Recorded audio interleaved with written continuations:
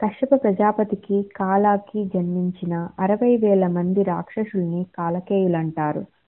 వీరు కొంతకాలం వృత్తాసురుడి నాయకత్వంలో, మరికొన్నిసార్లు అసురుల నాయకత్వంలో పోరాడారు.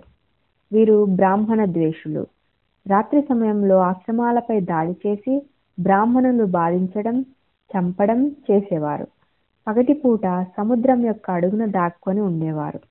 వీరి ఆగడాలను భరించలేక బ్రాహ్మణులు అగస్త్యునికి విన్నవించుకోగా, అగస్త్యుడు వీరిపై దాడి చేయగా కాలకేయులు సముద్రంలో దాక్కున్నారు. అప్పుడు అగస్త్యుడు సముద్రం నీటిని మొత్తం తాగాడు. అప్పుడు కొంతమంది పాతాళంలో దాక్కున్నారు. మిగతా వారిని దేవతలు సంహరించారు. ఈ కాలకేయులు హిరణ్యపురంలో ఉండేవారు. అది దేవలోకానికి దగ్గర.